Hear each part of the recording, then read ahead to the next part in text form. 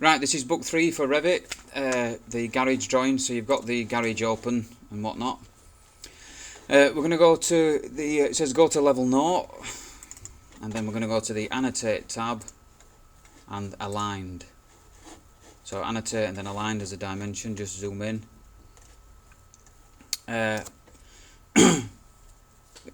On number 3, it says select wall faces, that's in this centre, it's got centre line selected at minute. Just select wall faces, and then it'll go to the outside or inside edge of the wall. So I'm going to click there, I'll zoom in a bit, I'll get the inside edge at window, that edge, hold down this middle scroll button, pan across, that edge, hold down, pan across, that edge there. And then I'll just come a comfortable distance away, ignore that number 1, I'll just come a comfortable distance away and put these there. I'll do another dimension of at top, a bracketing dimension, which qualifies that distance. If you've got something different, then in book 2, if you click on a wall, you'll get a temporary dimension.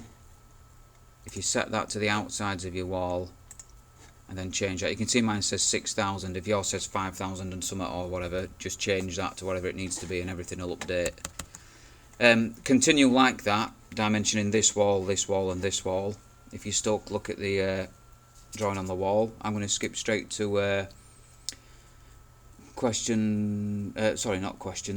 point number 6, which it says in the bottom left. If you're not up to point number 6 yet, which you won't be because you've got to dimension the rest of this, just pause the video. I've got to set that to a 1:50 scale. That's fair enough. The dimensions will update, which they have done. Switch to the east elevation. So I'll come over to my project browser, east.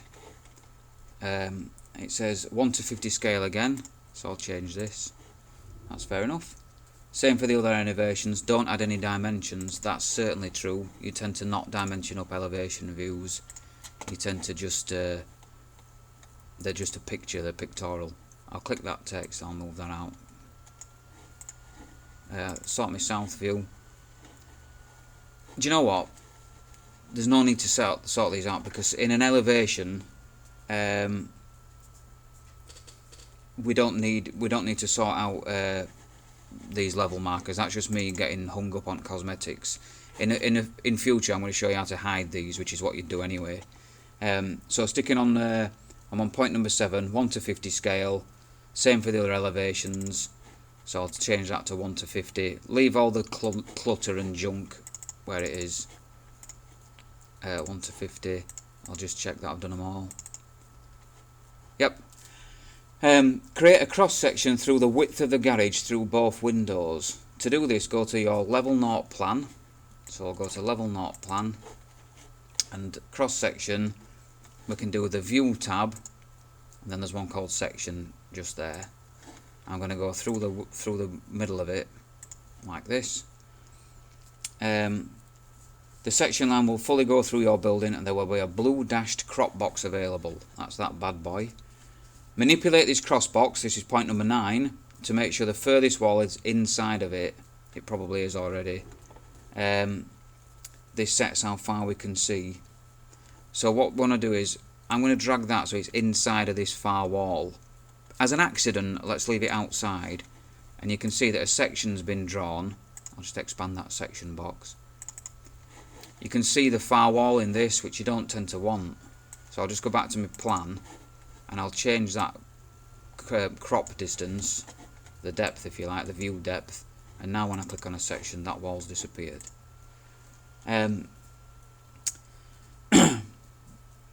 Alright, so we're on double click section 1 in the project. I'm already in that. This is point number 9, and then point number 10, this is a garage shown by the section line you've created. Point number 11, it's overkill to see the far wall.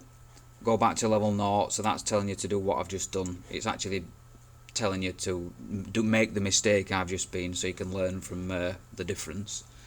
Check section 1 view again, see the example on the wall if you're unsure. Set the scale to 1:50, that it already is, that's handy.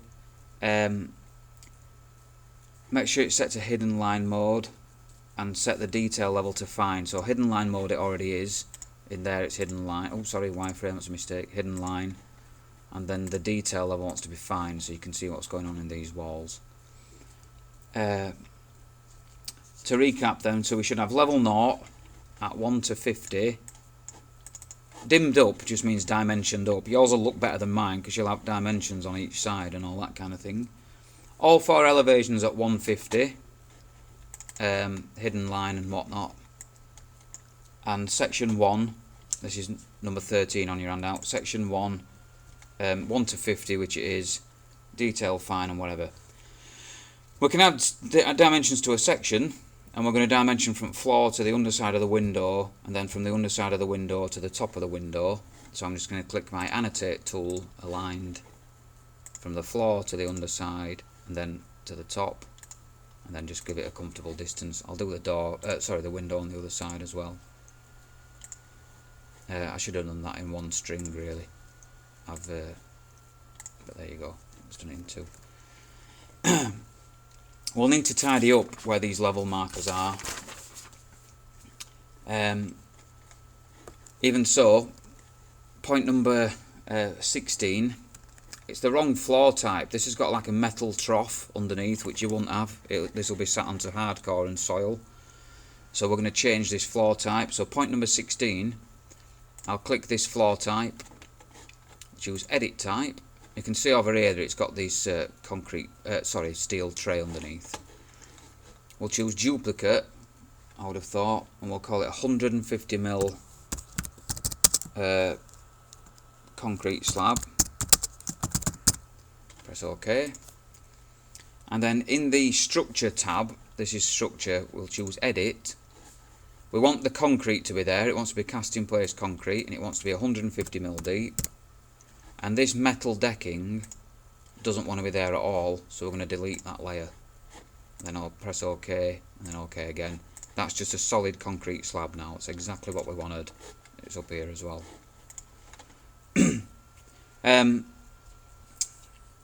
That's how you change everything in Revit. That's what 17's point number 17 is telling you. So we could have changed that to 300 deep or whatever. It's same with walls. That's how things are edited. You tend to duplicate that type. So number 18, create a section lengthways through the garage. So we'll have to be in a plan to create a section like before. And I'll click my section. I can do view section, or just click this shortcut section icon here. And I'll click it through a window, make it interesting, and then through a door. And I'll click my view tab, my depth in, around about there. That'll have created section 2. So I'll double click section 2. We'll just set the view to fine again. The scale's 1 to 50, that's fine. That's good, I should say, rather than fine. Again, we'll put some dimensions on. So I'm going to select, instead of annotate aligned, I'm just going to click this align dimension shortcut. And I'll click from the floor to the window and then up to the top. I'll try and zoom in and make sure I get that something like. And then, oops, misclick there. I'll just place that down. Let's get a shot of that again, do it properly. I'll click from the floor.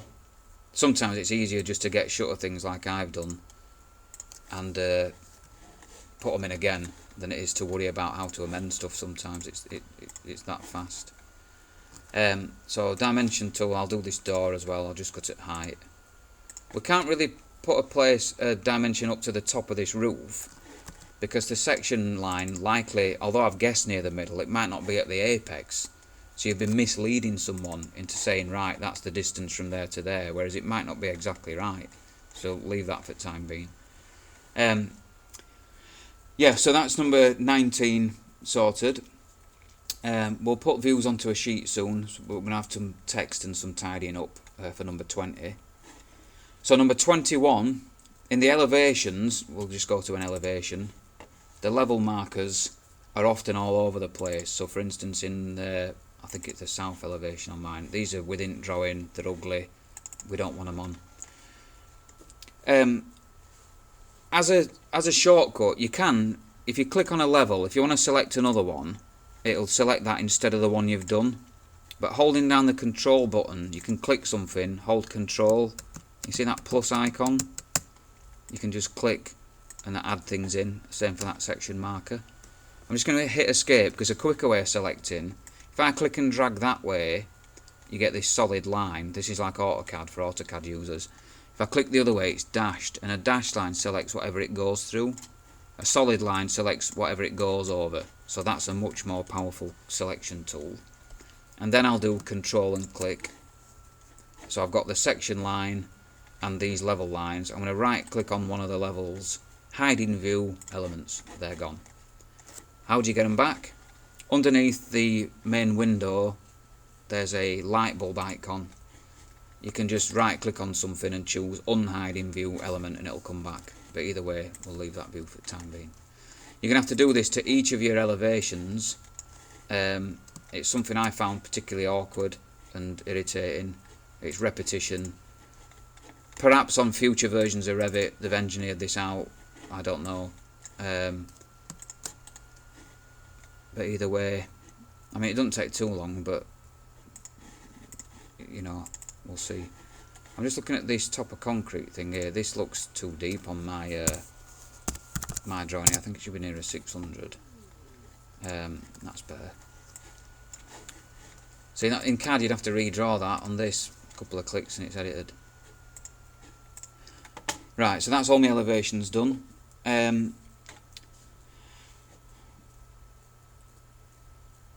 Right, so 23 is done. That's just how to select level markers. We've pretty much gone through that. That's dragging things around. Number 25 is dragging your level lines around, that kind of stuff. What it's on about is these. When you select something, you can just drag that box around. That's written as if they're within the building, and it's showing you how to drag them outside, and then you can hide them. I've already done that process. You might need to do that process. Right, so we've got point number 26. All 4 elevations are looking good. They're clean, whatnot. The sections aren't looking too bad. Right, the sections need cleaning up. That line there, this level marker, needs to be outside of the building. And ideally, really, this one needs to be in line with them. So I'll line them up first, and then I'll deselect it. I'll select it again and try and line everything up in one, move it all in one go. Let's have a look. Section 2, what's that like? Move that out. That's not looking too bad, that's a bit better. 26. So 27, go to layout, level 0, plan view. Click annotate and then text. Click on the floor slab of the garage in the centre and type in capitals floor slab, enter. So I'll click in here. And then underneath FFL, finish floor level, the bit you'd walk on would be 0.000 meters. Then left click anywhere to finish, hit escape twice to come out of the text tool. You can click that and move it around and stuff if need be. I'll leave that there because it's automatically cropped these section lines for you. Right then. Don't put any titles underneath. Don't put underneath here like floor plan level 1 or whatever. That's done automatically later on. The section line looks clumsy. Just right click. You shouldn't have solid lines as section lines really. So I'm just going to select it and right click. Override graphics in view by element. And in here the pattern, I think it'll tell us on the sheet, the pattern wants to be dash dot. So there'll be one called dash dot, that one, we'll apply that. Okay, so you can see now it's a less permanent line. I should have done both at the same time really. So I'll do it to that one as well, it'll be dash dot. It's looking a bit better. You can nudge up, down and left and right with your cursors if you want to move stuff a bit better. So that's the sections on. Again, you might need to move these out a little if you've got dimensions in here. Try not to have dimensions too far away. You know, they want to be part of the drawing really. Right then, so now we're going to put a perspective view on, which is point number 31. They aren't to scale, they can't be because they've got a vanishing point. So if you put a ruler on it, your ruler doesn't know how tapered into the distance the drawing is, does it? So ruler, scale drawings can only be plans and elevations and sections. You can't have a to scale perspective drawing, right? They're just a picture, a pretty picture that's in proportion. So point number 32, level 0 plan, that's what we're in. It says click the view menu and expand the picture underneath 3D view and choose camera. Now I'm going to click and drag, click outside the building in the bottom left and then drag up to the top right. That's generated a camera view for us. Mine's too cropped, so I'm going to drag these boxes out until it gets sorted for me. If I'm unhappy with how it's if I think it's too distorted or whatnot, you would use the let's say you've got a bigger crop box. If you want it bigger on your sheet at the end, I'll choose this control wheel, navigation wheel, and then with it hovering over, I'll just left click with my mouse and you can change zooms and pans and orbits and stuff around here.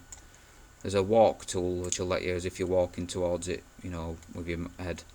If you're not happy with the distortion or whatever, like I'm not, I'm just going to right click on view 1, delete it.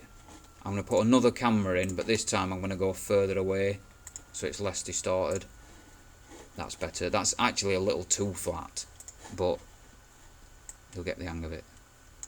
I'll turn that off and I'll turn shadows on, and then I'll close crop that. That door's actually the wrong way around. If I click that door, it should have the lines on it. Just press space bar firmly. That's it, it's got the lines on the outside now. Bit of a detour that, but that's level, sorry, item number 32. And I've explained in 33 what I've done then. You might need to change the crop boundaries and stuff like that. One 3D view might be enough. I went for 2. I'm just going to turn that crop boundary off. There's a hide crop region button at bottom, which usually when you've finished cropping it you tend to turn off. I'll explain that later. I'm going to go back to level 0, and this time I'm going to put a camera in from top left coming down, and then that'll do. I'll just crop that a bit closer, turn my shadows on, and then hide that boundary. That's grand. So that was 34. Number 35, in the same way that I've just manipulated these crop regions, we have to do that for the level, for the other views.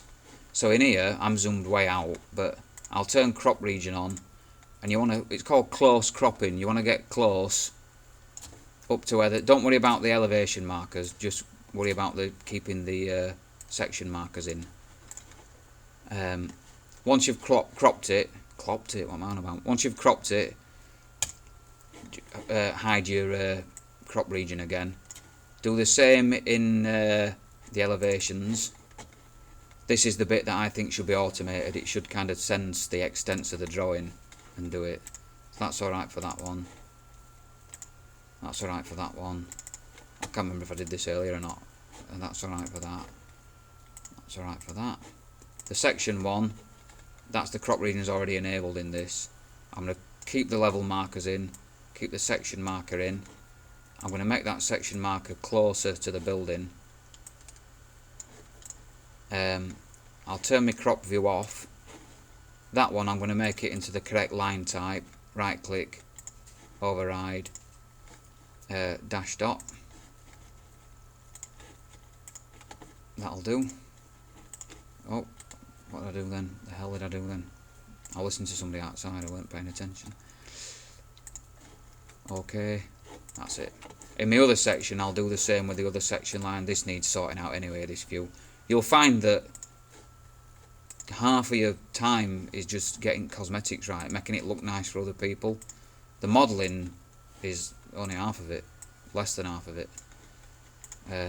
Turn that crop view off and get it a bit closer than that. This has significance in the next stage when we put them on a sheet. That needs to be, get your level markers in. That's way too, that's miles out. That needs to cover that in. So yeah, you've got to go through the embuggeration of doing that, and then hide your crop region. So now we're on, that was point number 37, show crop region, and then editing it and dragging it around, which was point number 38. Number 39 is where I'm at now, with all views cropped, annotated, shaded, correct scale. We can start adding them to a sheet. Now in this sheet view, in the project browser, there's one called Sheets. You might have to expand that. Double click the A1 sheet template. Yes, there are loads of templates already prepared at different sizes. We're just using this one for the time being. If you need to edit any text, which you do, it says change its name, A1 number or whatever. You can right click and edit the name of the sheet, that's fine. If you need to edit anything down here, which you do in Sheet, I'm not going to do it, but you do it. If just double click whatever you can put your name, whatever it tells you to call it. That's straightforward enough. Half of this you can't edit at top. Ignore that for the time being, that's fine.